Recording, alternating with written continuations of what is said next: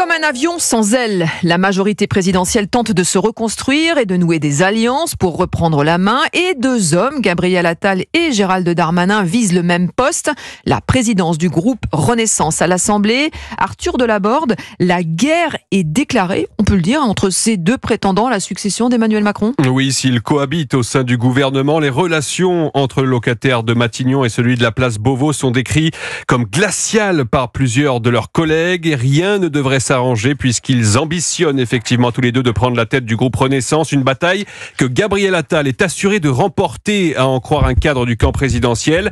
À ses yeux, le Premier ministre a surtout l'avantage d'avoir pris ses distances avec le président en affichant son hostilité à l'égard de la dissolution, ce qui est très populaire chez les députés.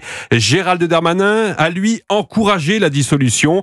À présent, sa stratégie est claire, analyse un ministre influent, incarné, le fils préféré d'Emmanuel Macron. Alors justement, quel rôle compte jouer le président dans ce bras de fer ? Eh bien, Emmanuel Macron ne veut absolument pas voir Gabriel Attal prendre la présidence du groupe Renaissance et pousse en faveur de Gérald Darmanin à tel point qu'il souhaiterait que les élections internes au groupe soient organisées le plus tard possible en espérant une baisse de la popularité du Premier ministre auprès des députés.